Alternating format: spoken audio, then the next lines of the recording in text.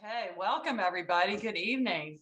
My name is Jill Barker. As chair of the EcoAction Arlington board, I welcome you to this annual meeting of our membership organization, where we will elect the new board of directors. We will hear from our esteemed featured speaker, Terry Baker. We will learn about our new tree canopy equity pilot from board member Deshae Williams. And we will enjoy a brief social time after the presentations. We are so glad that you are here.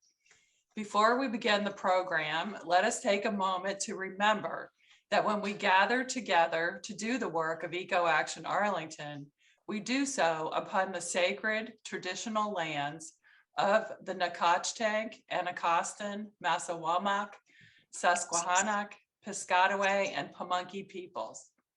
These people were forcibly removed from their lands to allow for European settlement. As occupiers of their territory, we recognize them as the original and perpetual stewards of this land and gratefully acknowledge our responsibility for a more honest accounting of our history that empowers us to work for the thriving of the earth and all its people. I'm also excited to tell you that EcoAction Arlington's Earth Month Challenge starts on April 1st. And the funds that we earn during the month of April are critical to our work to protect our natural resources and engage our community. Tonight, we are inviting you, our most engaged members and volunteers, to make a pledge of matching funds that will help make this fundraiser a success. These matching funds will be used so that every dollar raised during the challenge is matched 1-for-1. I'm also very pleased to share that we have already raised $2,000 towards our goal of $10,000 in matching funds, but we still need your support. Please consider donating on the website or via the QR code or URL that's displayed on the screen. It's also displayed in the chat.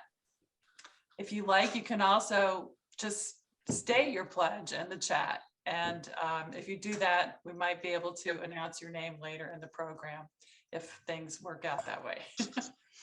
So please consider joining us in our very exciting Earth Month Challenge. Now I'd like to hand the program over to Eleanor Hodges. She's the executive director of EcoAction Arlington and an exemplary leader, having served EcoAction for over 2 decades. She is widely recognized as a powerful voice for environmental action in Arlington. Eleanor? Thank you, Jill, and good evening, everybody. It is now my pleasure to share an overview of EcoAction Arlington's programs for the upcoming year. The theme for 2021-2022 is Pollinators and Plants, From Bees to Trees, Our Earth Needs These. We have chosen this theme with attention to the critical issues of the loss of pollinators, loss of pollinator habitat, and the destruction to tree canopy. And we have launched a series on the opportunity to highlight these issues, educate our community, come together, and also offer ways that we can all work to bring these bees and trees into the Arlington community. I'd first like to thank the sponsors for the Plants and Pollinators series. These include Amazon, JBG Smith, and Faro Graphic Communications. Now, we started this series back in the fall, and you might have seen some of the programming, including our apple pie video and a number of emails. And then 2 weeks ago, we started the events for the Pollinators and Plants series. And the first event that we held was the Plight of the Pollinator. For those that missed that, we will have a recording of the Plight of the Pollinator on our YouTube channel. Coming next is our Eco Art Mixed Media Art Exploration event on Saturday, April 30th at the Arlington Art Center. We're really excited to be back together in person and to be exploring our theme of pollinators and plant through art with our wonderful partner, the Arlington Art Center. Please sign up soon because there are only 30 spots for this wonderful event. We also hope you will save the date for our 4th annual Eco Extravaganza being held Thursday, May 19th at the Arlington Art Center. Again, we are very excited to be back in person for this 4th annual event, and we're pleased to announce the featured speaker for this event, Charissa Morris with the U.S. Fish and Wildlife Service. This will be a wonderful opportunity to reconnect, come together, and celebrate our theme of pollinators and plants. We hope to see you there. I'm going to now move into some of the different programming and work that we'll be focusing on over the next year and highlighting some of our accomplishments. I'd like to start with our advocacy, which has been the biggest focus areas over the past 2.5 years and seen some really exciting accomplishments. The advocacy committee that we launched in October of 2019 is focusing on reducing carbon emissions in new commercial buildings, providing comments to the Forestry and Natural Resources Plan, and weighing in on the Community Energy Plan implementation framework. And then coming soon, as the county unrolls their plans, we'll be looking at the zero waste initiatives. If you'd like to connect to us and stay alert to all of the different news that we're working on with these advocacy efforts and some of the action alerts when we're looking to make calls to our local and state elected officials, please make sure you subscribe to our Eco Advocate newsletter. We wanted to highlight an accomplishment in this area and also the long time that this path took to get the plastic bag tax implemented in Arlington County. This work started back in 2020 during the 2020 legislative session in Virginia. And we're now very pleased that as of January 1st, 2022, Arlington's plastic bag tax has gone into effect. And this is one of many steps that we hope to see as we face the issues of waste in our streams and waterways and oceans, as well as how we can become a community that looks at more innovative ways to reduce our waste.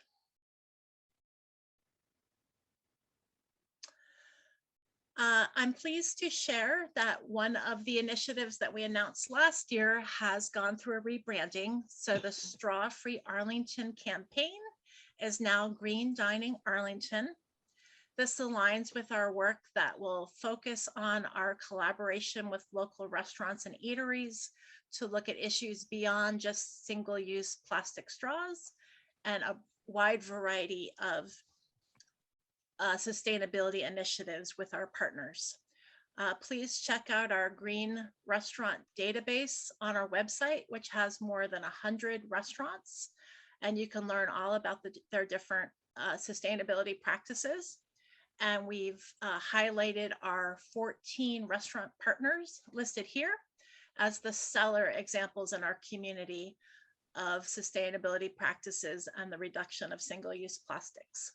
Our green restaurant database has all of this information as well as a map so that to guide you to supporting these businesses.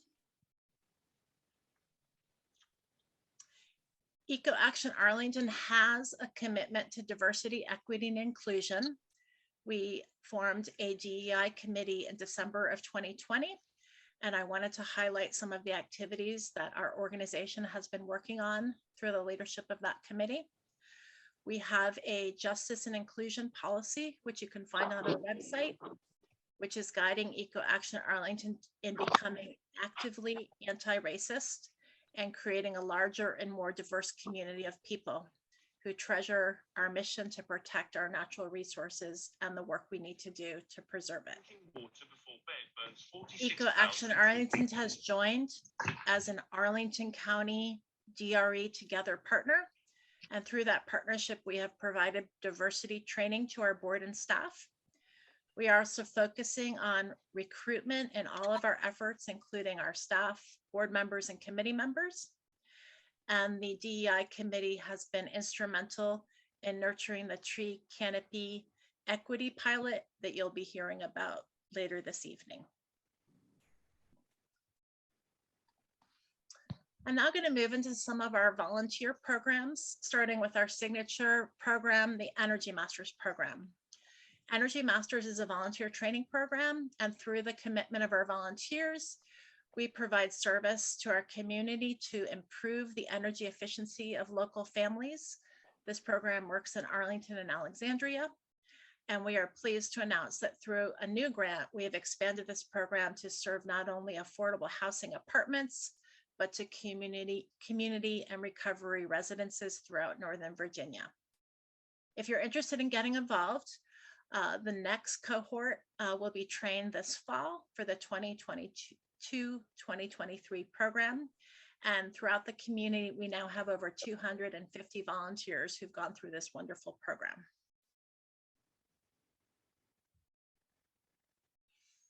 We offer regular volunteer stewardship opportunities throughout the year, and we welcome you. Many I know I'm seeing here tonight are already actively engaged in these, and we thank you. We, through our work, have over 600 volunteers who support these stewardship projects. Two coming up, if you want to mark your calendar, are Saturday, April 23rd, the EcoAction Arlington Earth Day cleanup, and our solstice celebration, which is in the evening, will be on Friday, June 24th. We also hope that you will volunteer with our R4 Action Group, which is a volunteer-based group that meets every month on the first Wednesday evening and works together to explore ways that we can, within our community, support efforts to reduce our waste, promote local policies in these efforts, and engage key stakeholders in making sure that we're using all of the R's: reduce, reuse, recycle, and rot. We do welcome new volunteers, and this group also works with the Green Dining Arlington program and has their monthly meetings with us on the first Wednesday of each month. I wanted to also, before I end, highlight a couple opportunities for you to get involved and take sustainable actions in your own home. We are a partner of the Arlington Solar and EV Charging Co-op, which is run by the Solar United Neighbors of Virginia in partnership with the Arlington County Air team. This is a wonderful opportunity to get solar program on your house or a solar EV charging station. The 2022 solar co-op is not open yet. It typically opens in the spring. And if you want to get involved in this, there is typically a deadline of August. And I also wanted to highlight our Tree Canopy Fund program and make an announcement. Our Tree Canopy Fund is our tree planting program where through 2 planting cycles a year, you can get a free tree planted on your property. You'll be hearing a little bit more about this tonight, but we're very pleased to announce that we are rolling out a new maintenance pilot for Arlington County through this program, which will enable people with mature trees that need maintenance on their properties to apply for maintenance. So this is pilot will be starting on Monday, March 14th. And if you're interested and have a tree that could use attention, we will provide an arborist assessment of your tree. And then if your tree is recommended for services, there is funding available for tree canopy maintenance through this program. So look for an announcement in our newsletter, and there will be information on our website site starting next Monday. I want to do a few thank yous. So first and foremost, EcoAction Arlington has a wonderful staff team. I absolutely cannot do all this work by myself. So some of these staff are here tonight, and hopefully you can see them in the gallery. Lydia Cole, our communications manager, Jocelyn Gallatin, our program and administrative coordinator, Michelle Bianchi, our program and outreach assistant, and Yesli Vasquez Perez, our intern. I also want to thank Julia, Stephanie, Helene, and Yolanda, and together with this amazing team, all this great work happens. We do have 2 board members who have completed their service, and we wanted to recognize them tonight for their wonderful contributions to our work and our mission. Thank you to Sylvia Lucero and Chandler Von Schrader. Both of them are going to stay in touch, and we look forward to keeping on working with them as volunteers. And finally, as you heard from Jill, in April, we'll be kicking off our Earth Month Challenge. I did want to acknowledge our 2 kickoff donors who donated the $2,000 towards our $10,000 goal. Those are Jill Barker and Joan and Tom Kelsch.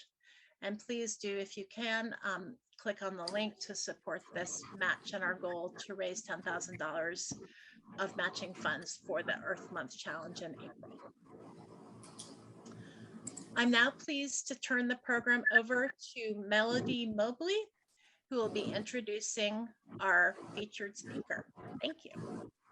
Thank you, Eleanor, and thank you, Jill and Eleanor, for doing such a great job. It just really sets the stage for a successful and exciting meeting that we're going to have tonight. It is my pleasure, privilege, and honor to introduce my friend Terry Baker, who's the CEO of the Society of American Foresters. And for those of you who don't know much about that organization, I've asked Terry to give us a little overview of what they do. Terry oversees all of SAF's programs and works well collaborating with the board of directors to make sure that there's a really good strategic vision and it's committed to the scientific, sustainable management of all of America's forests. He strives and works really hard to build strong relationships with partners and others, and he leverages our unified voice as a profession. He works both within SAF and helps folks like us who may not know a lot about them.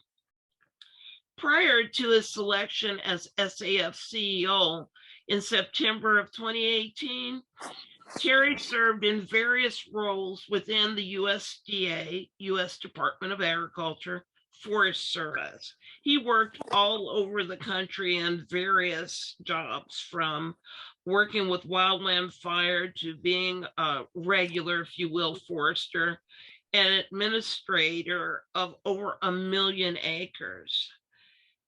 Terry earned a master's degree in forest management and policy from Yale University. That was in 2007.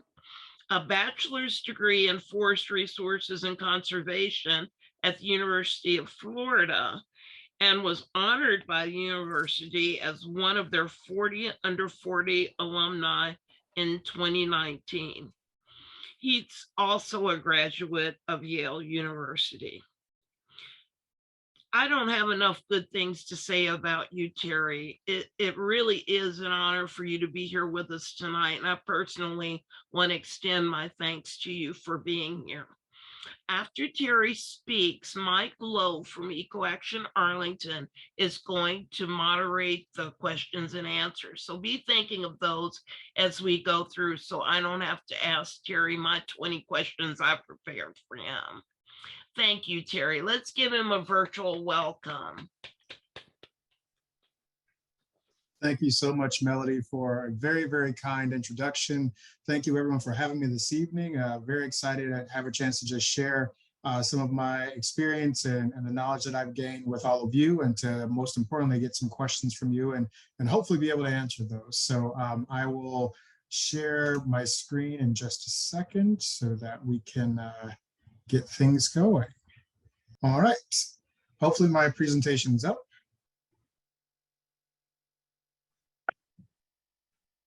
All right, we'll get started.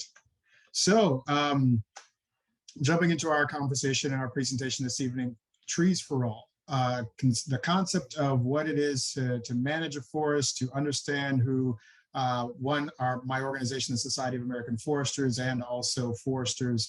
I'll give you a little bit of an overview and then delve into a couple of different things and also provide some examples around managing urban trees, which it sounds like you have. I've had a chance to review your website. Some great programs and a lot of effort and activity going on in Arlington, which is great and it's extremely helpful. And I'm really excited about the work that you're doing. So I'll jump right into my comments. So the Society of American Foresters is a 122-year-old professional association for forestry and natural resource professionals across the U.S. and also in a few different countries. We've been around for quite some time, focused on, as mentioned by Melody, the scientific sustainable management of our nation's forests. And that spans definitely from rural settings to urban settings as well. So it's quite the organization. I've truly been excited to be at the helm of it. I've been a member for almost 20 years in my career with the Forest Service prior to stepping into this role. So very exciting to be able to lead an organization focused on the importance of our nation's forests and how we best support the professionals that steward those lands on behalf of various entities and landowners across the country. Right now, we sit at roughly about 9,200 members that are in 30 state/multi-state societies and 179 local chapters. I believe we're somewhere in the realm of about 60 student chapters at various academic programs across the country as well. As you can see, our mission is to advance the sustainable management of forest resources through science, education, and technology, promoting professional excellence while ensuring the continued health, integrity, and use of forests to benefit society in perpetuity. And our vision is to be the trusted voice and leader empowering the forestry profession and advancing sustainable forest management to ensure thriving forests and strong communities across the country. We'll get a little bit into what is a forester. I think there can be a little bit of a mystery around what a forester is. And there's I figured it's best to just find a picture of me because that's easiest for my presentation. But I was practicing forester for several years before moving into more so administrative and management roles. As Melody shared in my intro and in the introduction, I'm actually originally from the Panhandle of Florida, and that's home. I will say though, a forester, as many folks think about it, oftentimes is relates to a Subaru, but it is a type of Subaru, but it's also a professional. And we engage in the practice of science and managing forests. And an additional piece of what we do is that we work with landowners to help strategize and advise them on how they can manage their forests to meet their objectives. And that is a key part of it. We serve as advisors. We have this extensive knowledge around. A lot of times people think of foresters sometimes as loggers and sometimes as folks who focus solely on the trees, which is a core of what we do, but it's understanding ecology. Forestry is a strong emphasis on applied ecology in various ways. And so it's understanding all of the vegetation, it's understanding water, it's understanding various resources, plants, wildlife, and how that all comes together within a forested landscape and how we use those to meet various benefits of our general public. Forestry is the profession embracing the art, science, and practice of creating, managing, using, and conserving forests associated with those forest resources for human benefit in a sustainable manner to meet desired goals and objectives. And I think that's a key piece, the art and science.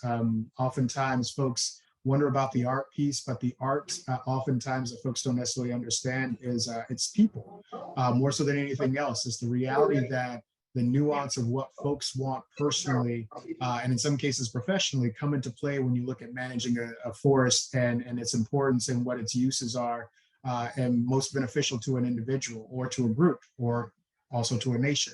So there's the art to that and knowing the science and how to manipulate that, not manipulate the science, but manipulate a forested ecosystem to meet those objectives. Again, that's the art part. How do you understand all the drivers, the economics, both personally and within markets, to large scale needs related to, forests as a climate solution and tree planting efforts. And what does that look like? Some of the things that we'll talk about later. Urban systems and how trees play a part in human health and well-being. And so there's so many things to take into consideration depending on where you're working and what you're working on that really make this a very, very interesting profession to be in and one that you bring a really wide spectrum of skills to bear. All right, what does SAF as an organization do for its professionals and for society as a whole? So we accredit forestry programs We accredit forestry, urban forestry, and natural resource programs across the country. We have roughly about 75 or so accredited programs at mostly land grant institutions, but various other institutions across the country. The first accredited program was where one of the first forestry programs in the nation was there at Yale University. It's actually a master's program. We certify individuals. So we have a certification called the Certified Forester that showcases someone's skill set and knowledge base, but also their commitment to continuing education in the delivery of managing forests for the most current and topical needs for landowners. We provide opportunities to share research through peer-reviewed journals, scientific journals. We also provide opportunities to share research and field experience through our annual convention, which has 1,400 professionals on average and students. This year, actually, that meeting will be in Baltimore. It'll be our first in-person gathering in the past 2 years, so we're really, really excited about that. We advocate for important scientific, sustainable management aspects of policy. So as I mentioned, forest is a climate solution, and what that means with the 30 by 30 initiative by this administration, what that means with the International Trillion Tree initiative that's out there, and how that, what part forests play in that, and how we engage with those different investors and companies wanting to understand how to invest in, making the planet better, making it healthier for all of us. We provide grants to those local units that I mentioned that allow them to help engage in outreach to their communities and showcase the importance of forests and the parts that they play. We also provide scholarships and internships to various students to engage in this work and build their network and grow in their careers as they get ready to graduate and move on to be a professional. And then to follow with that, there's various resources. I will send this presentation to Eleanor so folks have access to it. We develop policy position statements on various forestry topics that we keep on our website that's open to anyone. We have a college guide that informs students, teachers, and guidance counselors about opportunities to go to school in forestry and some job opportunities, just to show that there is a path beyond just going to school. You actually have a chance to work in this field, in this profession. We work with various partners, as Melody mentioned, one of them being Project Learning Tree. And in particular, we helped sponsor a green jobs and forest curriculum that they released about 2 years ago. That is a way for, really the whole spectrum of adults and young students and children to look at what their interests are and how that applies to actually a green career and something that's related to forest and forest management. Could be urban forestry, could be digital mapping, and there's so many other ways to look at that. And then also we provide online learning opportunities for professionals and community members. We have a website, and that's learn@eforester.org, where we have various courses and curriculums associated with forests, various forestry topics, some of it urban forestry, some of it's related to, again, some of the digital mapping and satellite imagery. Some's related to very, very hardcore forestry, forest products aspects, as far as how you look at a piece of wood and you grade it out. So very, very interesting topics, and those range from some fairly pricey things for professionals in the realm of a couple $100 or so, all the way down to things that are completely free, that are in partnership with the U.S. Forest Service and some other public agencies that share that information. So great resources that folks can go and learn and dig as deep as they like into understanding forests and some of the different things that we do as managers. Let's see. All right, so urban forests and health. Really want to switch over to what a lot of you are working in and doing some impressive work in, and that is, this aspect of how do we engage our urban systems, urban ecosystems, and look at what they mean to us, not only from a visual benefit, but also from a health benefit. I want to provide some statistics that I think will be, just really useful to folks. And then I'm going to step into a short presentation. I reached out to a colleague of mine who works in Colorado. That was one of my last locations that I worked with the U.S. Forest Service, and had some great partnerships there, and especially around some of the urban pieces in Denver. And I think it's something that may mirror some things that you're working on, but just really excited about some of the perspective that they're taking. It's an organization called the Park People, and it's a nonprofit there in Colorado. That I'll share some slides from them and some projects that they've done, and kind of their approach to engaging, the question of urban ecosystems and urban forests and equity. But first, I'll delve into urban forests and health. So 68% of urban parkland, roughly 1.7 million acres in the U.S. is comprised of natural areas. It provides a multitude of social and ecological benefits.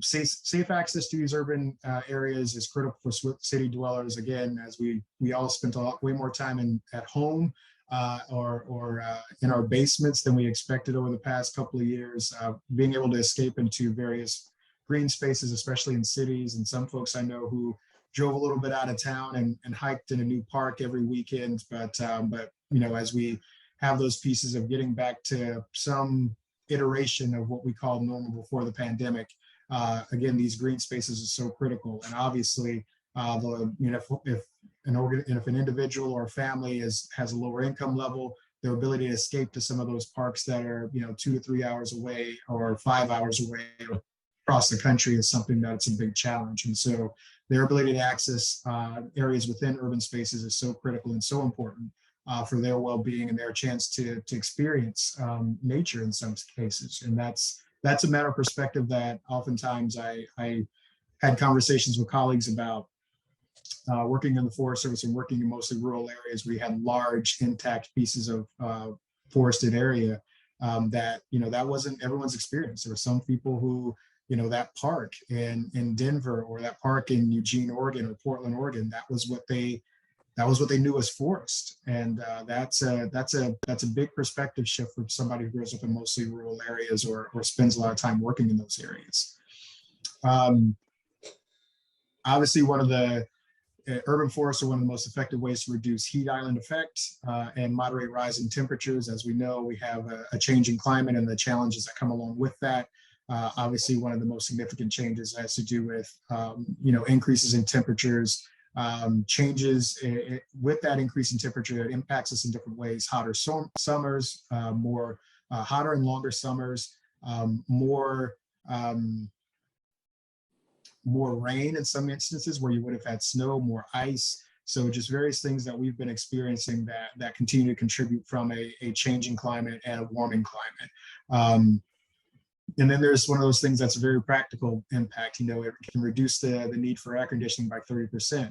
Again, when you talk about lower income families and the challenges that they're going to face, or underserved communities, this is something that becomes an important piece. Like that 30% cooling, air conditioning needs can make a significant difference in someone's budget and give them the space to think about how they may do some things differently. But again, in the moment, if they don't have it, they just, you're focused on those immediate needs and things that we need to be very aware of. Some additional pieces on urban forests and health. Forests mitigate the impacts of climate change by absorbing carbon. Obviously, I mentioned earlier, forests is a climate solution.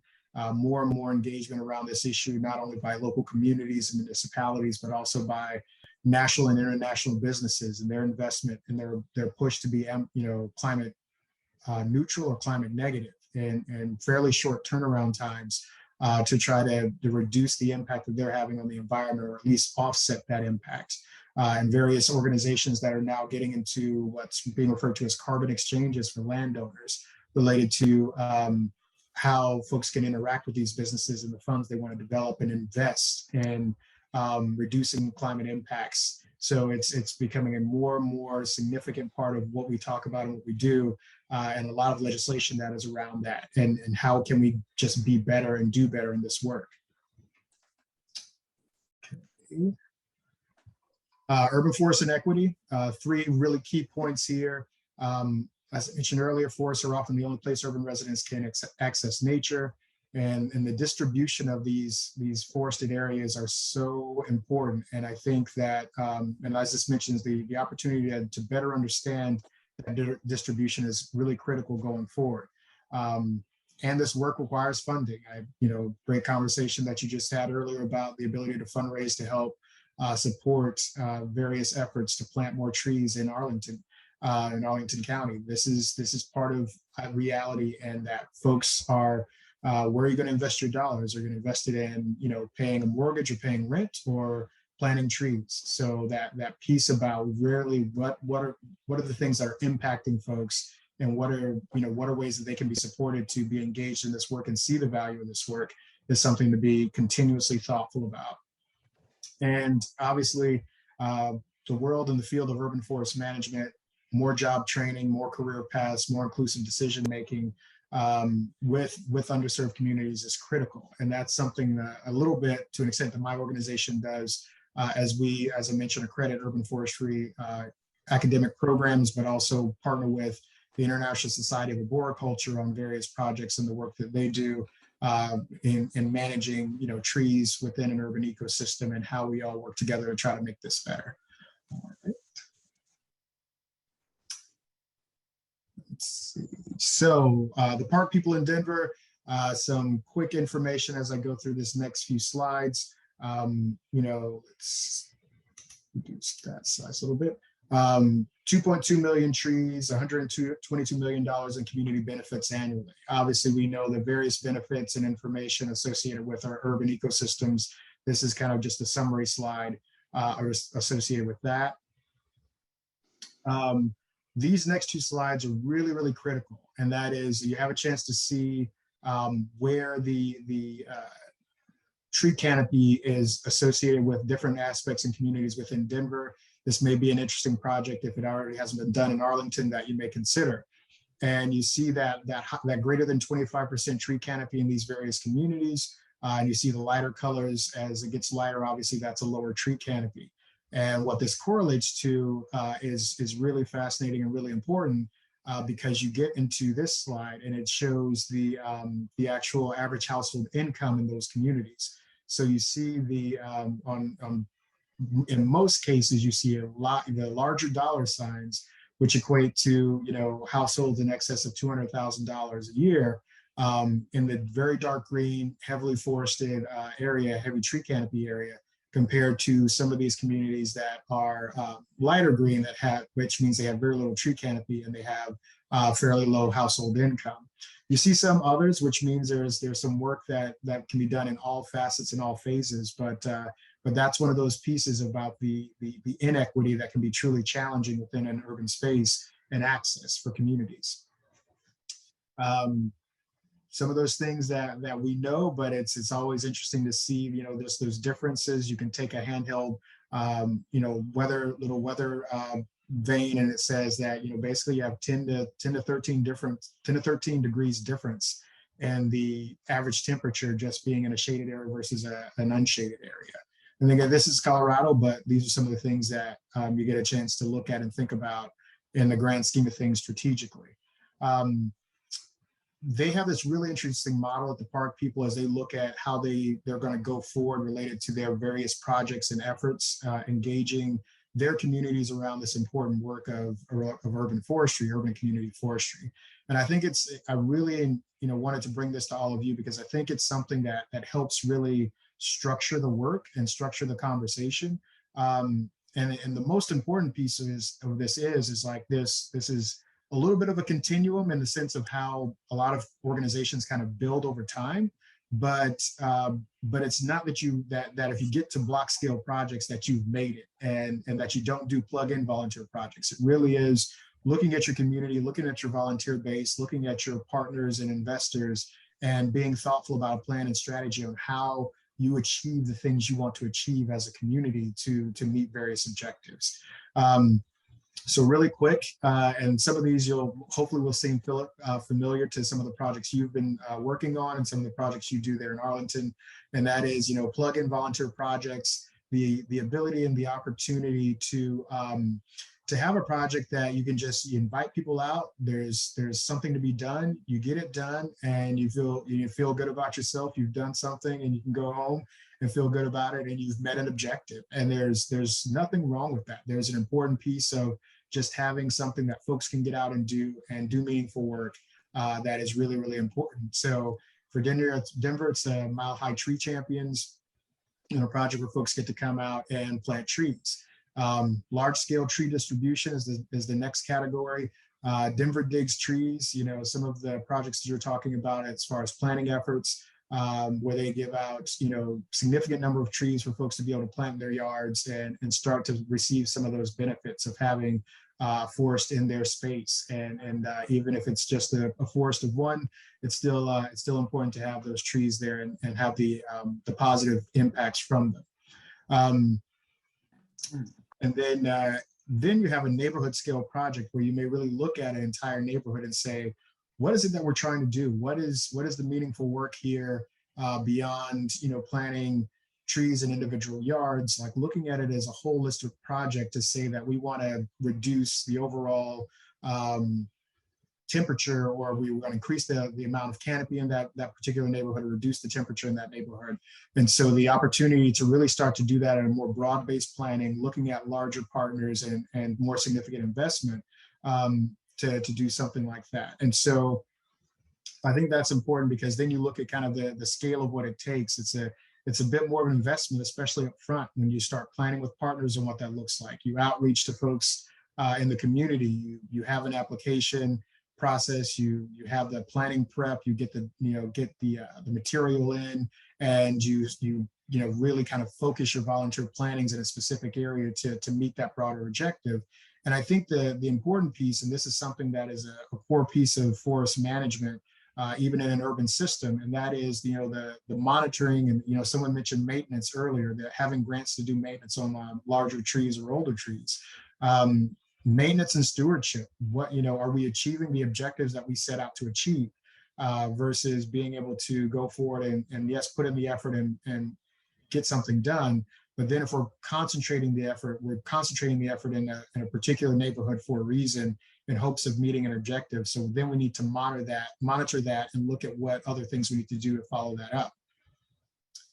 And lastly, the block scale projects, again, really some of those neighborhood projects, but on a larger scale, multiple neighborhoods, again, looking at those broader impacts and broader effects to meet broader goals and objectives. It may be something associated with equity. And, there's various organizations that you could work with to do those types of projects. But really with some of the block scale and neighborhood projects, an important piece, I think, comes down to some of what they have, which is, neighborhood orientation, scoping, and community visioning. That ability to engage in a community with local leaders or local influencers and really understand what it is they're looking to gain, what's meaningful for them. It's not so much of saying, we have trees available, or we're going to come and do this project in your community. What are those meaningful, impactful things that can be done to help a community meet various objectives? And oftentimes trees can be part of it, and tree planting can be part of it. But more often than not, there's going to be more to it than that. And part of building that, getting that buy-in, that trust, and that community engagement long-term has to do with really looking at what are some of these other challenges that they're facing, and what are ways that you can bring people together, try to meet some of those objectives beyond or in addition to, in engaging and addressing various challenges associated with vegetation within that space. So it's really one of those broader concepts and broader engagements that really takes time to build, but can be really influential and really impactful long term. They're looking at a paradigm shift in how they approach some of a lot of their community engagement projects, going from a problem-based approach to an asset-based approach. And I think that's really a key piece as well. Oftentimes it's the ability to go in and help, which it's always great to help, but at the same time, are you helping in a way that a community is looking to be helped? And so that really lends itself to start thinking of the engagement differently, thinking of it as partnering with the community, thinking of it as bringing experts together with those community members and meeting their needs and addressing their needs and their concerns, and looking at where those needs and concerns align with the skills that you bring to bear, that the organization like EcoAction Arlington brings to bear. So it really is more of that piece of framing it in your mind in the sense that there's something that community is offering to you as much as you're offering something to that community. And that's truly one of those things where you make a difference and you build trust, and folks are looking for ways to work with you and make, you know, significant change. Here's a list of some resources that folks can use and gain more information on what some of the statistics I shared earlier. And just some quick closing remarks so we can get to questions, because I always enjoy questions. First and foremost, you are not alone. And that is something that oftentimes you can get lost in. You're doing amazing work, and I will continue to say that, but there's always going to be more opportunities to do more or do things differently, or there may be some efficiencies that you haven't thought of. And there are other folks that are out doing this in various metropolitan areas and various cities and counties across the country. So definitely look for ways to engage and find out what's going on. R&D is your friend. And so I share that from a recent training course I participated in. And obviously research and development is the more kind way of saying it, but the fun way that was discussed in recent training that I participated in was actually rip off and duplicate. So, you know, taking the opportunity to really look at what's being done out there and gain knowledge and how you apply that to the work that you're doing, that you want to do is just a great opportunity and aspect. And so underneath that, there's a great link, Vibrant Cities Lab. This is something that is a national tool, and it has, you know, so many resources, projects, efforts that are going on across the country related to engaging in urban and community forestry and on various topics and from various perspectives, be it, you know, tree equity or just various projects of engaging legislators. So I really encourage you to look at that website in particular, because that could be a great resource for some R&D to help you along the way. Making a meaningful impact takes time and trust. You know, if working with communities more so than anything else, I've learned over the years in various places, building trust with people, it makes a ton of difference. And it's going to take time, because for a whole host of reasons, people may not trust you, and it maybe have absolutely nothing to do with anything you've done. And that's something that can be a hard truth to accept and understand. But at the end of the day, it has to be respected, and know that it's going to take time to rebuild trust that you may not have broken, but you have to rebuild that trust. And, you know, you aren't doing this for people, you're doing it with them. You know, there is an African proverb that I was told many years ago that I keep pretty close to me. And that is, if you want to go fast, go alone. If you want to go far, go together. And the ability to build community and understand what you're striving for and be clear about that is so critical. And it makes such a huge difference, because it goes beyond you as a person, and what's put in place lasts for generations at that point. So with that, that's my last slide. And so just some contact information and website for my organization. I will stop sharing and open it up for questions. But thank you again so much for having me this evening, and a chance to just share a little bit about my world of forestry and my organization, the Society of American Foresters.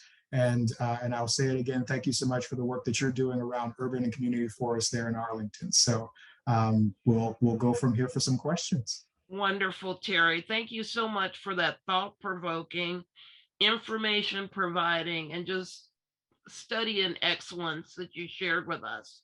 We have more questions than we're going to have time to ask. So if we send you these questions afterwards, will you promise to get answers back to us? I will do my very best.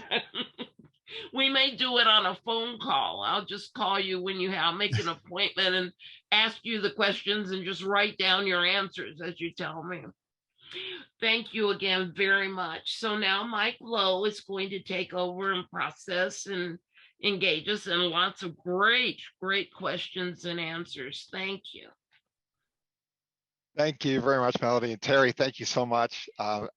Clearly a very thought-provoking presentation, because we got a lot of great questions.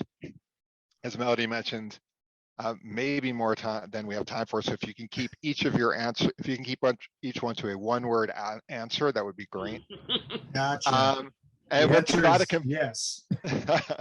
We'll try to combine some of these where we can. And I'll start with that, actually, because there's a question from Margaret, Aaron, Bill, and leaders in the energy that all sort of got around this question of what can we do in a way legislatively. So are there Mm. states or localities that have legislation that protect trees or forests?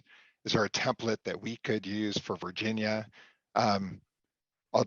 Including the clear cutting by developers or people cutting down old trees on private property? Mm. Are there successful advocacy or private public partnership efforts to sort of retain native life? And do trees even have rights that can be protected? So there's a lot in there, but it all gets to this question of, what can we do? Are there models that we can look to Sure. help to So- protect the trees that we do have in our county? Absolutely, that is there. Like you mentioned, there are a lot of pieces to that question, but definitely the advocacy and engagement piece. I think one of the useful tools that I didn't put in my presentation was actually related to. So every state has a state forestry organization, and that state forestry organization should have a state forest action plan, and so. There's a lot of really good information in those state forest action plans related to best management practices, things of that nature. But there are several instances and some of how you can engage in advocacy at a local level, at a county government level, related to protecting forests and managing forests. And I think oftentimes you'll hear some of my comments related to conserving forests versus preserving forests.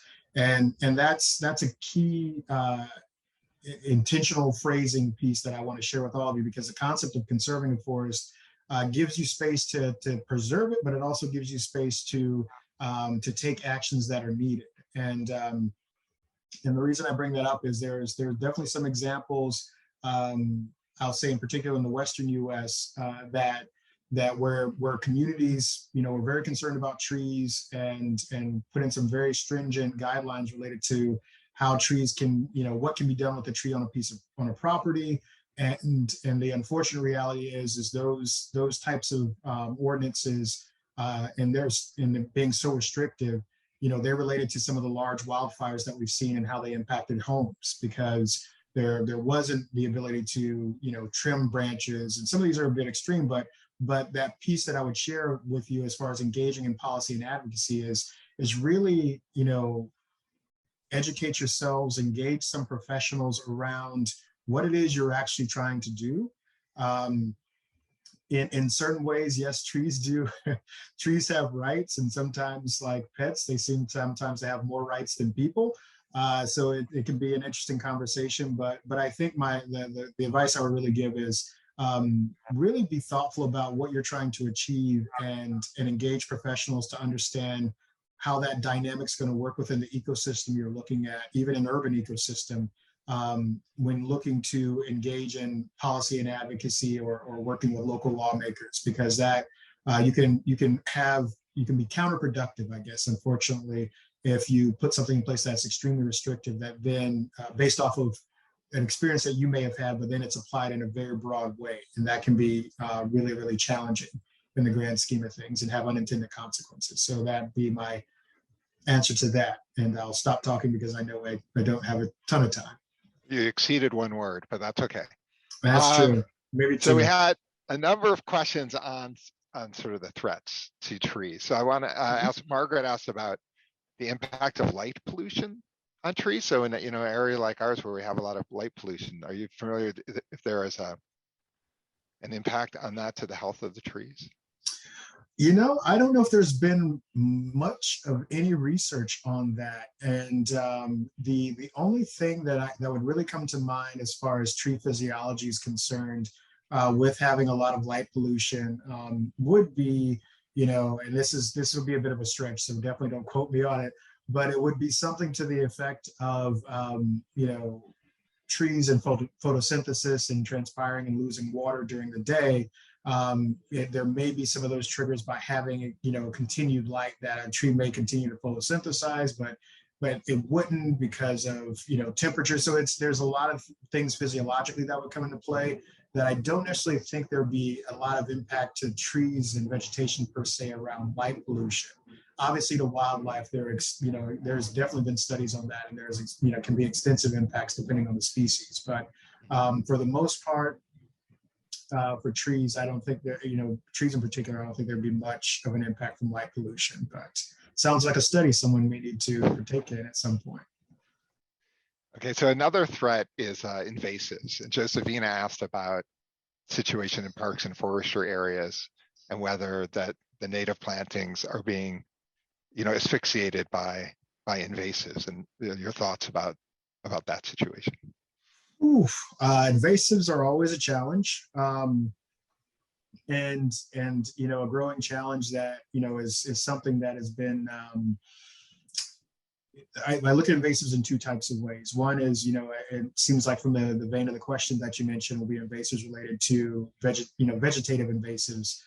There are also invasives related to insects and disease, and again, all three of those are exacerbated by international trade. And so there's a lot of work that's been done related to trying to reduce the impact and reduce the introduction of various species. But then some ornamental species definitely can have invasive traits and the challenge that comes along with that. So it is something that is folks are being much more considerate about. Natural plantings oftentimes, require fewer resources. So if you're less watering and things of that nature, if you have more native grasses than good old Kentucky bluegrass, which I can't say anything gets planted in outside of my townhouse, but that is one of those realities that in certain invasives or non-natives are meet a certain need, and so there's how you balance that and look at that. Again, in the grand scheme of things, if we don't have intact forest systems, now we have especially in urban spaces, you have these kind of blocks, yards and green spaces and things like that. But when you have the opportunity to have natural vegetation, that always tends to be the best. And of course, what's natural today could be invasive tomorrow and vice versa, especially as we talk about, again, changing climate patterns. Some, vegetation that grows well here will grow well north of here, possibly in the next, 20, 30, 50 years. And so that's an interesting dynamic to think about, how ecosystems are literally moving as these temperature changes happen, and these and different levels of rainfall and everything else are changing across the country, is that we're starting to see ecosystems move a little bit, which is a kind of a crazy thing to take in and think about. Well, actually, that touches on another question we had, which is two, but the one is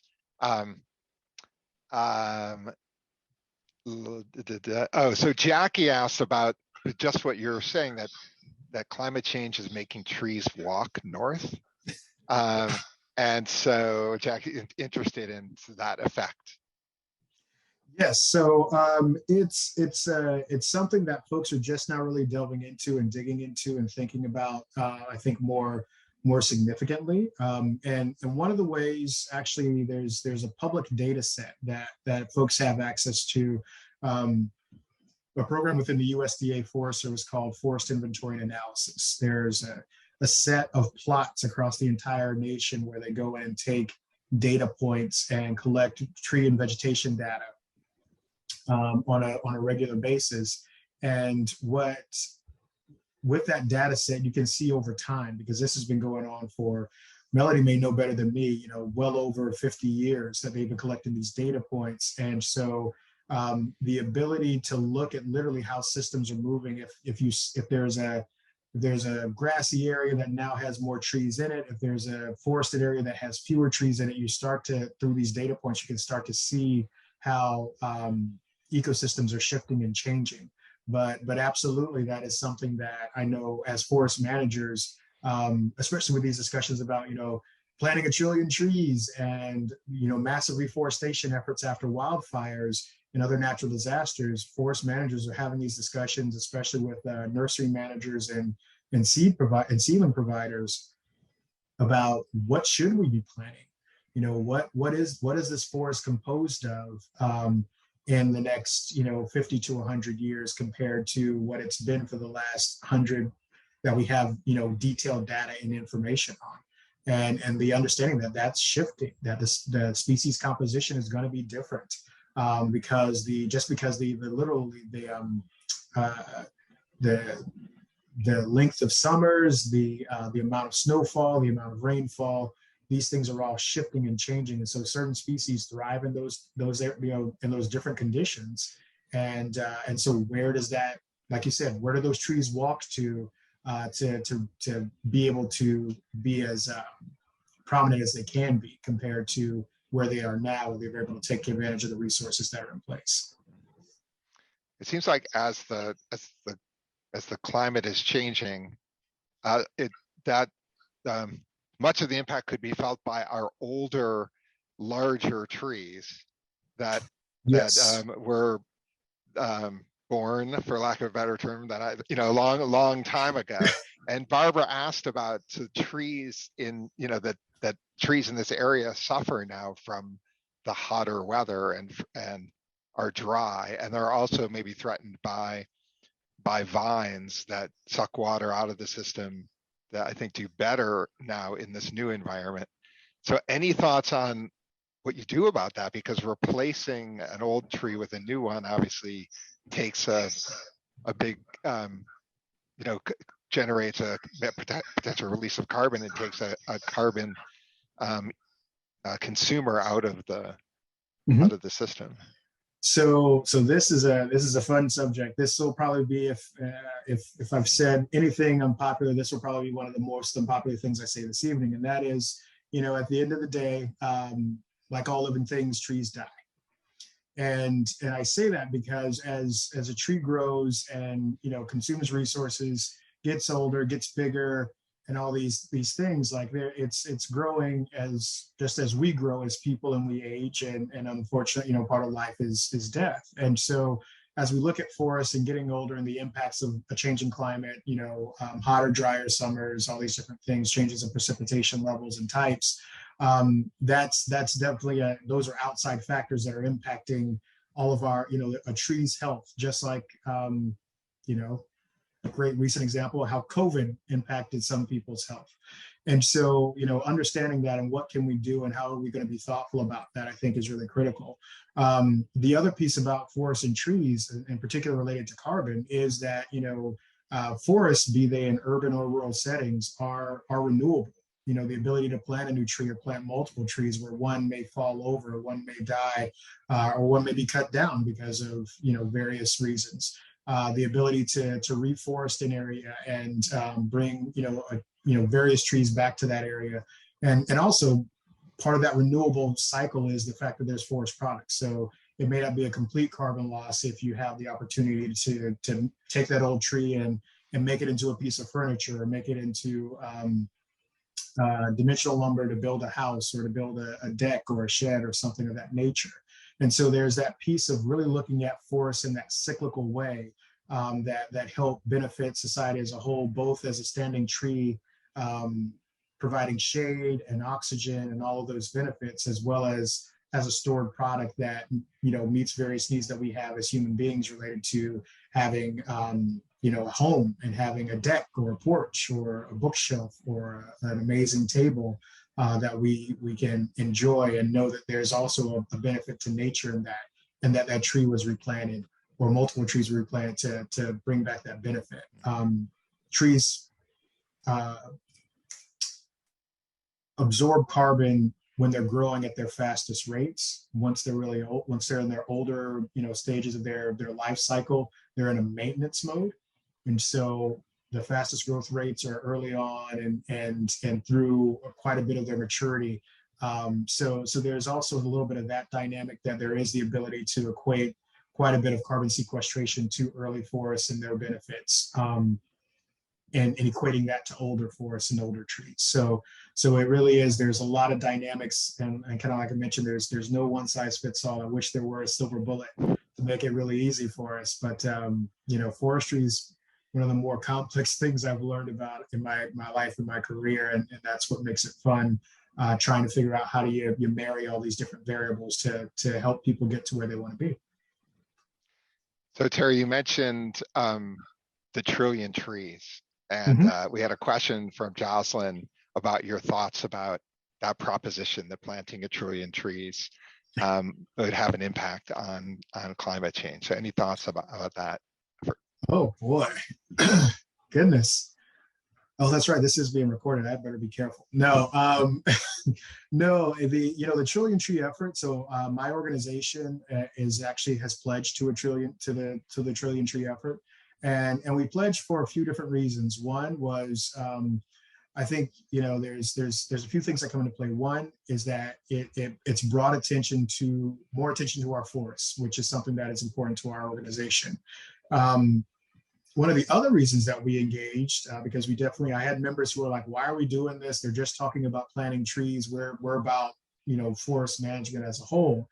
And it was really from the standpoint of engaging in that conversation and, to have, I'm not sure if Amazon is on the list right now, but, Hewlett Packard, PepsiCo, several large, multi-billion-dollar companies are pledged to the trillion trees. And again, looking at climate solutions and where they can invest their dollars to help do their part and to offset their impacts. But what it's meant for us to be involved in those conversations with their sustainability leaders within those organizations is to talk about more than just planting trees. Is to talk about forest management, is to talk about the number of trees that are already planted just through managing forests across the nation and the importance of having those forests in place, be they on industrial land all the way to public land, as well as in cities and municipalities, be they single tree or in a park setting or a larger green space. And so do I think that the concept is it does what it's supposed to. It catches people's attention, it draws them in. And then there's the ability to have conversations about the broader important topics, because the most important thing related to engaging in this work around our forests and what they do for us as a community, as a nation, as a world population, is developing an understanding of how they operate and how they function. And so I think Trillion Trees is definitely a catchy piece that draws people into that conversation. Will it have some of the effects on climate change that are being projected? I'm not a researcher in that field, so I can't get into a lot of those details, but I think that, the benefit of having more trees and more vegetation, I think definitely is, it has an impact because we know that trees store carbon, both in, within the mass of the tree, within the root mass of a tree. And so there's that given benefit. And I think the understanding of how, as we continue to grow the understanding of how forests and trees can be part of the climate solution, versus some of the more intrusive or larger creations of artificial carbon sequestering mechanical constructions that folks are developing, or even soil carbon. Just looking at these various solutions, that trees and forests are one that we know a lot about, and how they grow and how they work, and what that management looks like, because I think there is that piece of really refining the research and the understanding of when trees sequester the most carbon and how that can translate over into stored carbon in a forest product that then allows for more trees to be planted. Of course, there's going to be some loss of carbon in that harvest activity and that production of that product, but how does that all look? And I know there's quite a bit of research that's going on in that space, because it is one that's really meaningful.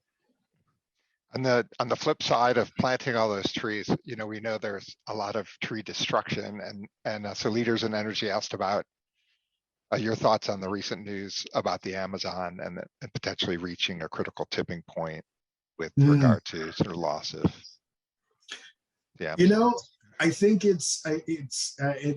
thing about forests is it's all about perspective, and it's not to discount, the science is there, and there's a significant piece to the science when it comes to conversations about the Amazon reaching a tipping point. The reality is, one, you can always plant trees. And so when it comes to the conversation about a tipping point or not a tipping point, there's going to always be that reality. Now, do you have the land base? Do you have the protections to plant those trees, and what those ecosystems look like? And also that these ecosystems are dynamic. The reality that we face when it comes to overemphasizing, early forest or older forests is something that can breed challenges. I've worked in the Northwest, and when I was there, There's a significant emphasis on older forest and the spotted owl and the challenges that are there related to that endangered species. But by the time I left, and that management's been going on for the past, goodness, 30, almost 40 years. Now there's challenges associated with early forests and the habitat that it creates for, as you were talking about earlier, bees, insects, some birds. Like all of a sudden, they're starting to see declines in these species, and so it's about balance at the end of the day. And what does that balance look like? So, the Amazon, there's definitely quite a few challenges and tragedies there, especially with some of the fires that we've seen over the past few years. And so it really becomes that conversation about how do you replant that? How do you invest in that part of the world to serve in that role? And that's a significant piece that we all can look at, and the part that we can actually play. And we make the best decisions with the resources and the knowledge we have at any given moment, because that's going to be the best that we can do. And forecasting 100+ years is part of sometimes what it means to be a forestry professional, but it's understanding that's based off of previous 100 years of knowledge. So being a tipping point or not a tipping point, oftentimes is kind of like the trillion tree piece. It's to draw attention to something for people to be concerned about. But there's oftentimes the ability to take an action to shore up the situation, and that really is what the question, I think, is about as far as a tipping point. Are people willing to engage and see the real issues and take the action to put things in a better, more stable place after large-scale events or long-term impacts compared to the impacts on the environment as a whole? You touched on some of the species, the animals and insects that live within the forest, and we had some questions in that area. Angelo was interested in what is the role of forestry and foresters in looking at the role of apex predators like wolves in helping to maintain robust and diverse forests. Oh boy, the role of forests that is an interesting, the role of forests and foresters in that piece related to apex predators. More often than not, it's not something that foresters are, overly engaged in in the decision making. I will say that oftentimes, if you're talking about apex predators, you're talking about wolves and certain other species and how that balance is maintained. If it's taking place in a forest, then oftentimes there's a forester involved, or I hope there will be a forester involved. But that's usually working in concert and partnership with a wildlife biologist to understand what habitat a species needs to be able to create and craft that habitat. That is the nuance, like I mentioned before, the art associated with the science. And that is, I've had times where I worked in some places where we managed forests for fish. And it had to do with the temperature of streams and the ability to have endangered species that were anadromous fish going out to the Pacific Ocean and coming up in these rivers and streams up into the mountains of Oregon. So really it becomes that conversation and that partnership of expertise to manage those types of things. But absolutely, if that is what's determined to be the priority, and especially on public land when it comes to, in particular, endangered species, that is what happens, is that, there may be management that's taking place, but it's taking place either for a species or with an understanding of what's going to negatively impact that species, and you reduce or in some cases eliminate impacts to certain species. So in the Southeast, there's the red cockaded woodpecker. I mentioned the northern spotted owl in Oregon. We also work with bull trout and spring Chinook salmon. And various species, and those are fish and wildlife, and sometimes there's also obviously endangered plants. So it's really understanding how a species physiology and habitat needs, and then coupling that with forest management activities. So then we got sort of that, in a way, the opposite, the flip side of that, which is deer. And so it's less. This question is less around how can the forest be maintained to maintain the deer population, but how can the deer population be maintained to protect the forest, and are deer in a way considered invasive and damaging to to forest growth. So interested in your thoughts on overpopulation. I will have probably a more diplomatic than many of my colleagues related to deer, because depending on where you are in the country, deer are, just as impactful as deer can be to a shrub you plant in your yard. Deer can be very impactful in mass in a forested ecosystem. And so, thinking through what it means to try to protect various tree planting and species regeneration efforts is something that I've seen in all over the country, and it's all related to deer population. So it's a unique challenge, especially when you're dealing with species that produce, are what we call mass species that produce acorns or nuts, things like that, or that are highly nutritious and attractive to deer. So I've worked with aspen enclosures in Colorado. I've definitely had conversations and worked with folks in the Southeast related to various oak species, and it can be really difficult if you have a really deer population, trying to regrow a forest and plant more trees because they'll come in and wipe it out.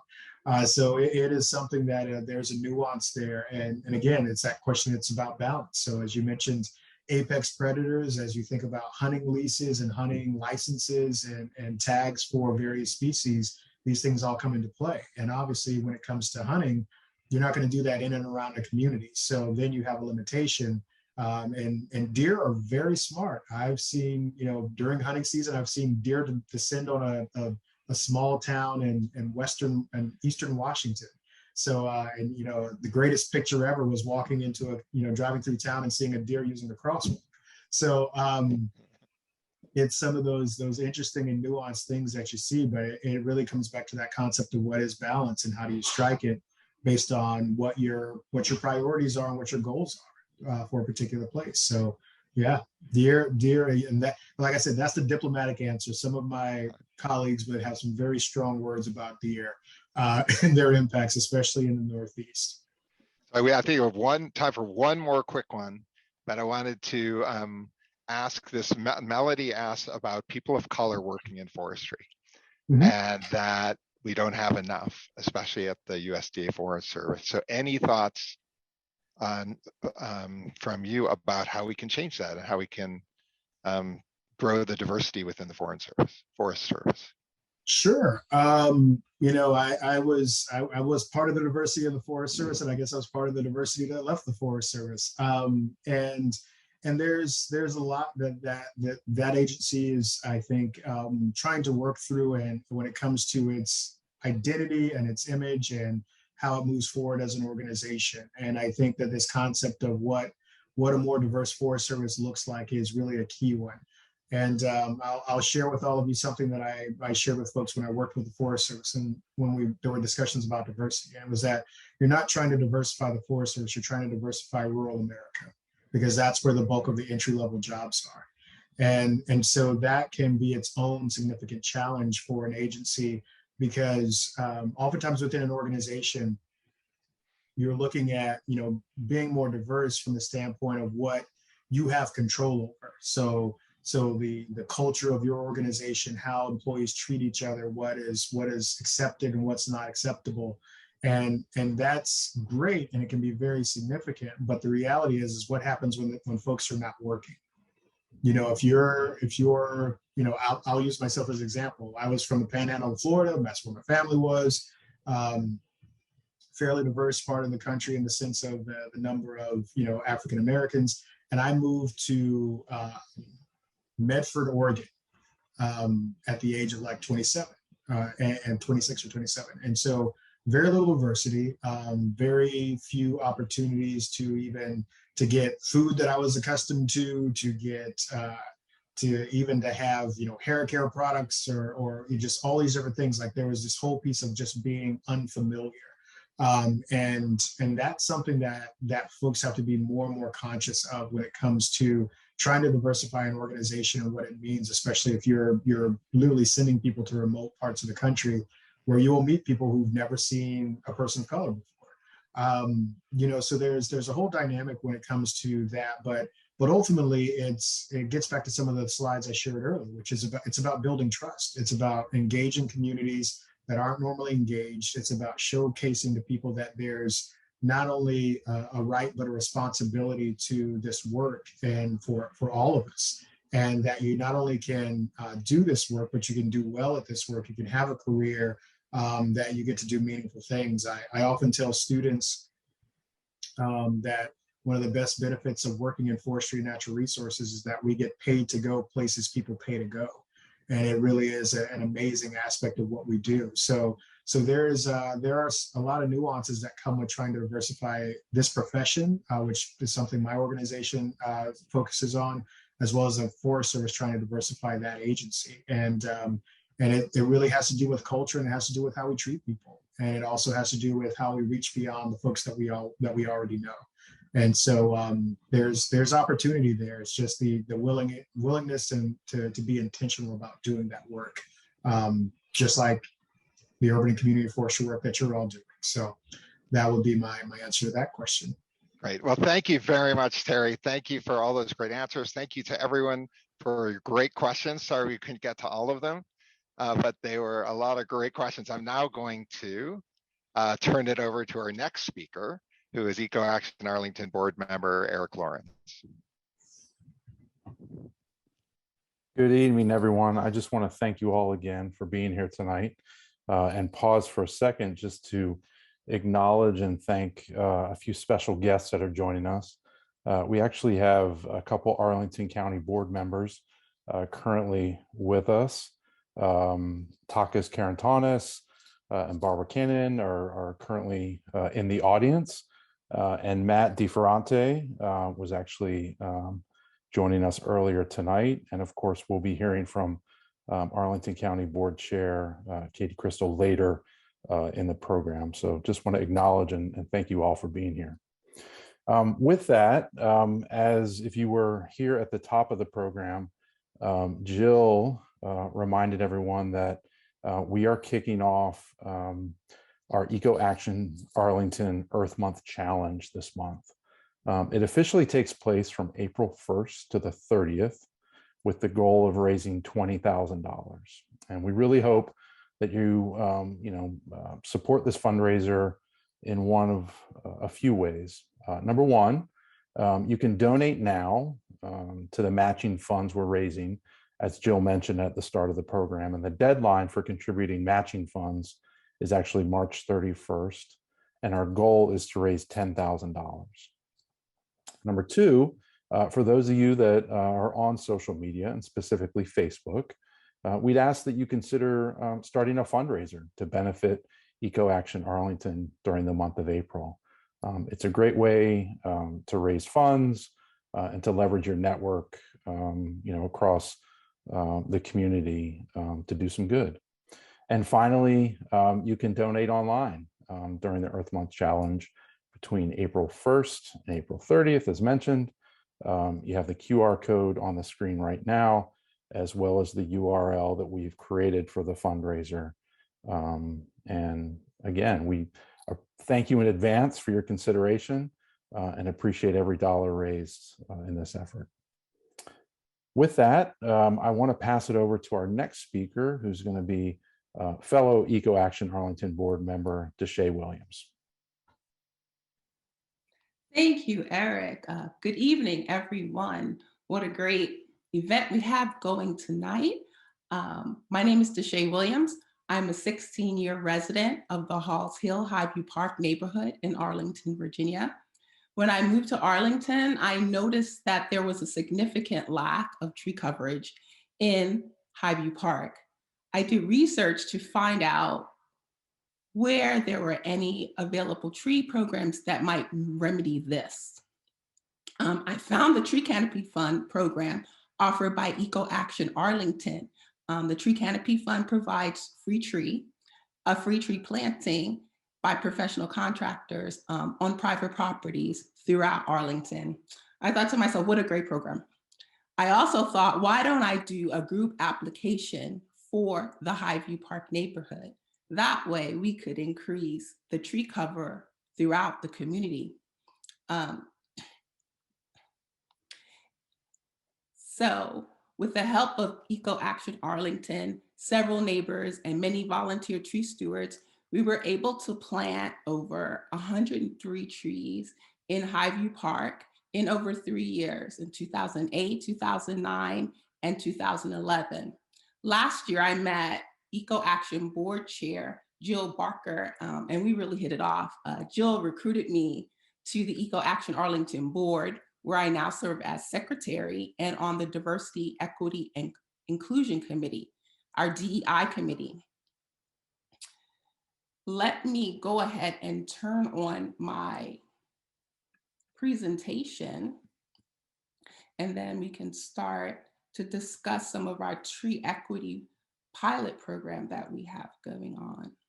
Well, the DEI committee wanted to duplicate the success of the Highview Park outreach in other neighborhoods with specific effort on reaching communities with high percentage of Black, Indigenous people of color, or BIPOC residents, community with below the Arlington tree canopy cover, which at the time is 40%, and also reach communities with higher than average poverty rates.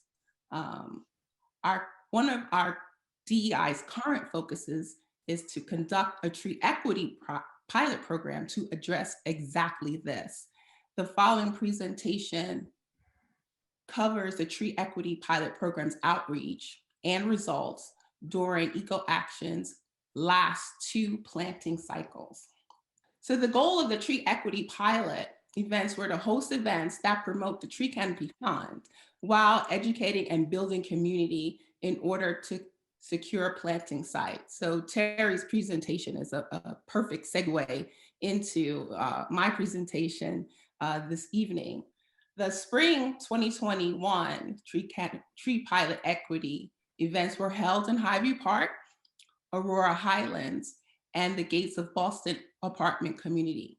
The fall 2021 tree equity pilot events focused on apartment complexes in neighborhoods with low tree canopy cover, higher than average rates of poverty, and higher than average BIPOC populations. So here we see the demographics in the neighborhoods that we really targeted. Aurora Highlands has 30% canopy coverage, 41% BIPOC population, and 76% renter occupied. Buckingham is 23% canopy coverage, 51% BIPOC population, and Highview Park has 20% canopy coverage, 54% BIPOC population, and those are all well under Arlington's average canopy cover of 40%. The outreach events, the door-to-door canvassing was really key. Like Terry said, this is where we kind of got some tree stewards, master gardeners, people from Armin, members from the Arlington chapter of the NAACP to really help out. And we went door to door in groups of 2 throughout the community. In June, we held events in Highview Park and Aurora Highlands.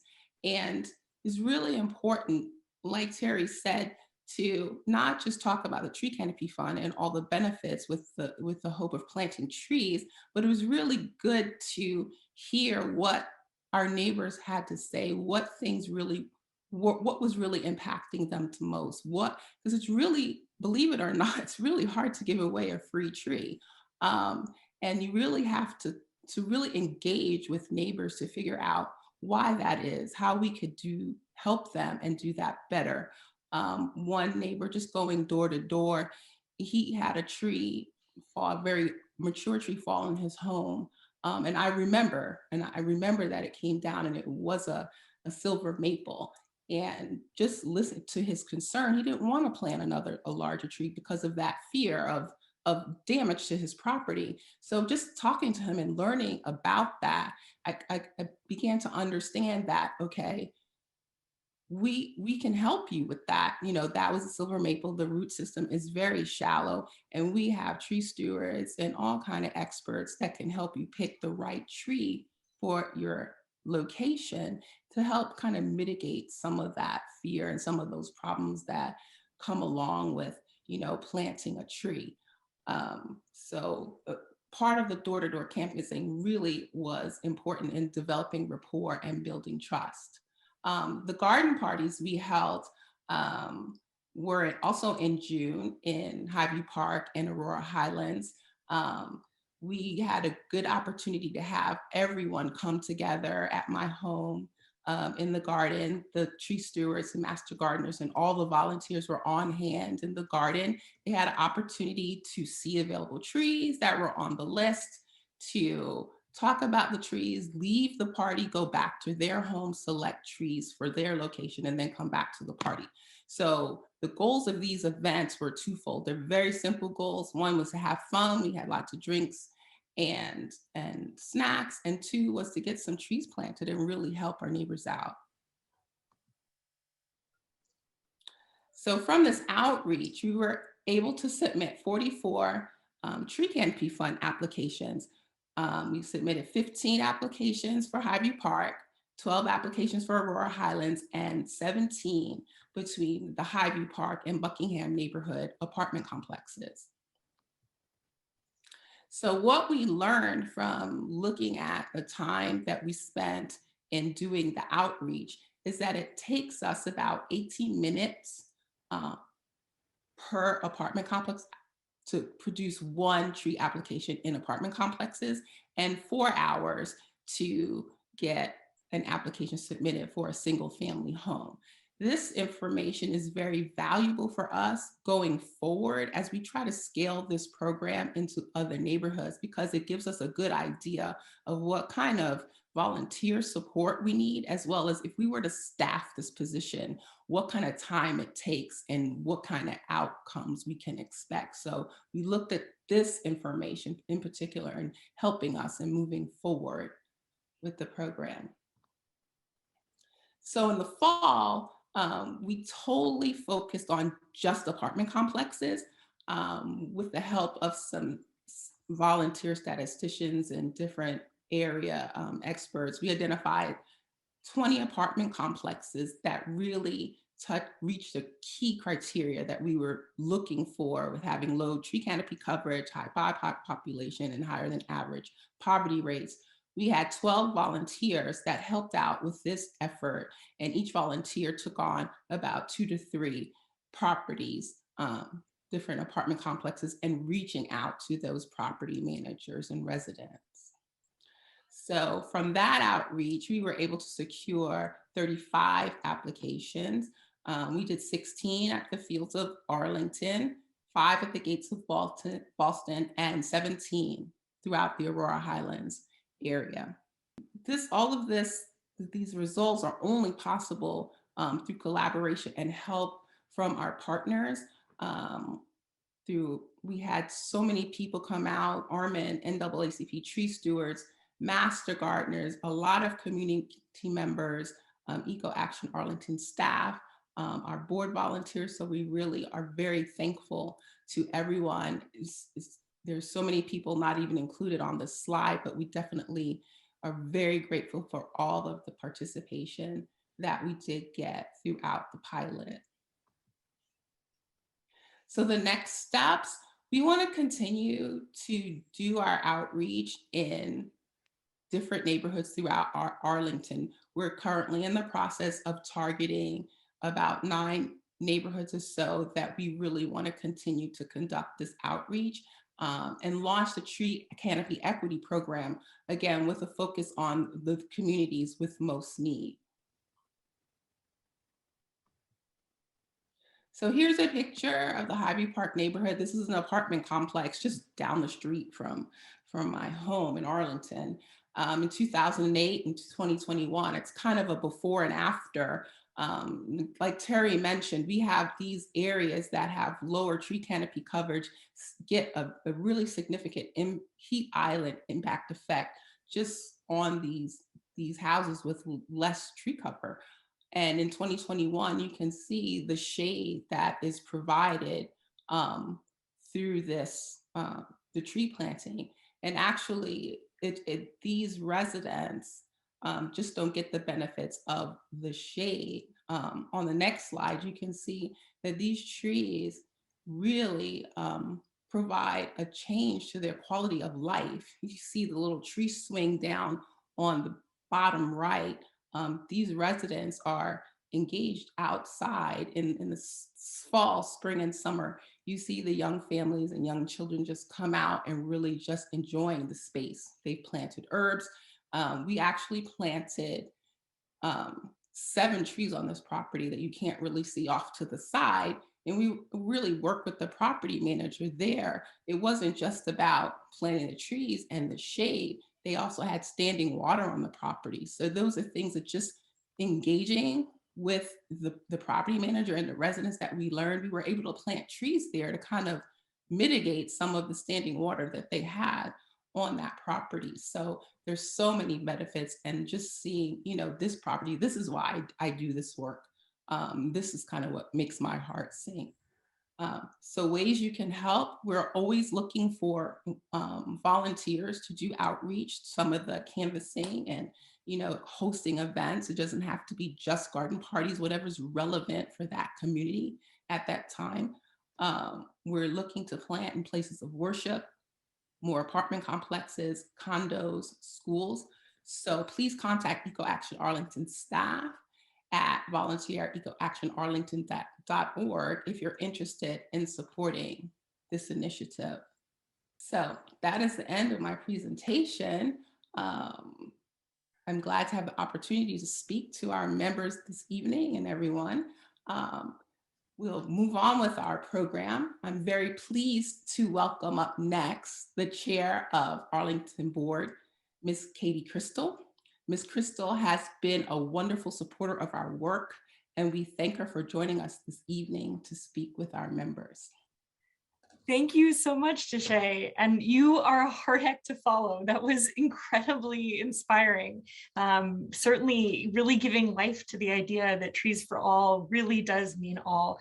And really, I think, providing a model of stewardship for the whole community to see a need and a challenge and to step up and engage your neighbors in solving it. I'm really inspired, and I'm glad to be here with you and with everyone from EcoAction Arlington to help close out this 44th annual meeting of EcoAction Arlington, which is really quite an achievement. And, I think from Deshay's comments, catching the end of Terry Baker's comments, it's clear in thinking about what for all really means when it comes to trees and natural spaces.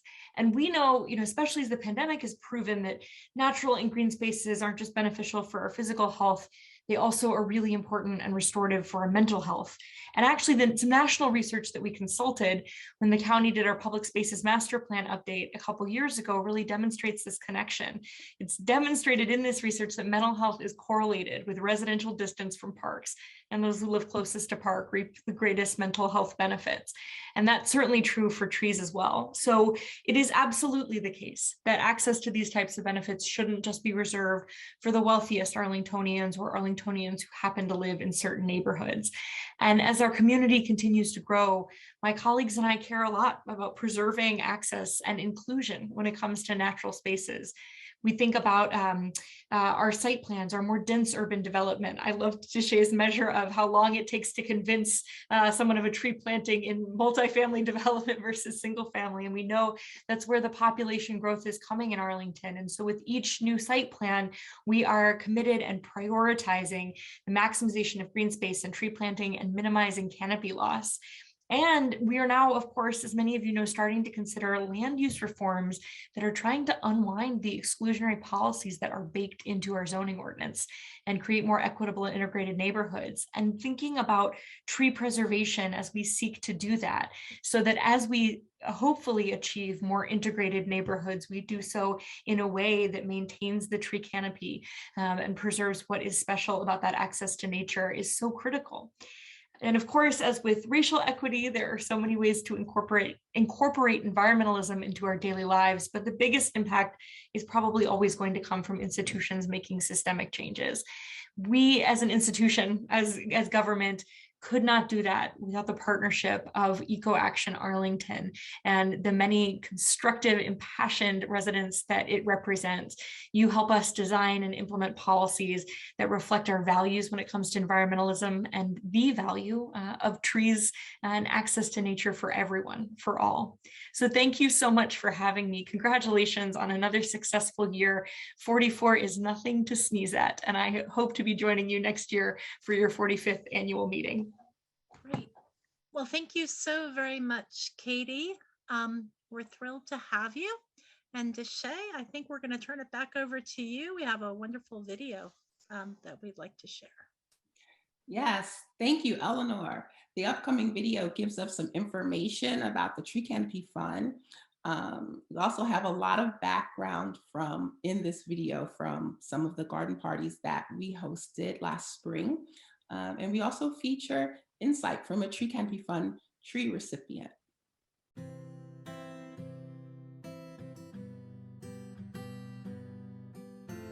The Arlington County Tree Canopy Fund is a process where any private property owner in Arlington can apply for a free tree that's planted on their property via a contractor. So we have 2 planting cycles every year, and anyone with private property that owns a single family home, a townhome, an apartment, condo, place of worship, or a private club can apply. The contractor will plant the trees based on applications. We offer about 10 to 12 native trees every cycle, and we provide information on which native trees will be best in different conditions, so that home property owners that are interested in a native tree can look at their spot and figure out whether they have sun or shade, what type of water conditions they have, and pick the tree that's best for them. EcoAction Arlington handles all of the planting, and so the homeowner is only responsible for finding the spot and maintaining the tree after it's planted. This is our sycamore tree that we got about 5 or 6 years ago. I found out that Arlington County was giving away trees to try to increase the tree canopy, and we had recently lost a tree here during a storm, and so we need to get the stump up, but we decided to go ahead and to get a new tree, and it was very easy to work with the program, and they came out and we had a great place here that gets great sunshine. And I mean, what can you say about having someone come and bring you a free tree?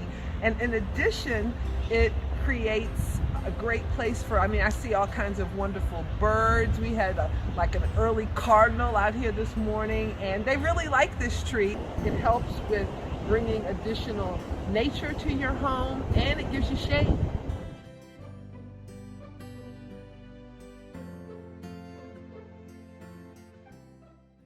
Thank you so very much to our amazing speakers, Jill for opening our program, Terry Baker, Melody, Deshay, and that wonderful video. I also wanted to recognize and thank the donors who've already donated this evening to our Earth Month Challenge. Bill Walls, Joan McIntyre, Stephen D'Alessio, Susan Tatum, and then I also saw Melody challenging her fellow board members and Chandler taking her up on that challenge. We are now going to have some small information sessions and a social. So after just a minute break, we will open up these breakout rooms. And during these breakout rooms, all of the information will be the same in each of the breakout rooms. And you'll have the opportunity to further meet, exchange information with all of these wonderful EcoAction Arlington members and like-minded friends in our community, as well as discussing EcoAction Arlington volunteer opportunities, how to get a free tree through the Tree Canopy Fund, and gardening for pollinators. So again, all the small rooms will have the same information, and they will be led by our EcoAction Arlington board members and staff. If you're having any technical difficulty, Michelle Bianchi on the EcoAction Arlington staff will be here in our main room to assist anyone and help you into getting into a room. So again, we thank you for coming. After these small information sessions, you're welcome to leave, and we do look forward to seeing you at all of our events throughout this year. So we'll have a short minute break while the breakout rooms open, and please, we look forward to chatting with you in smaller settings.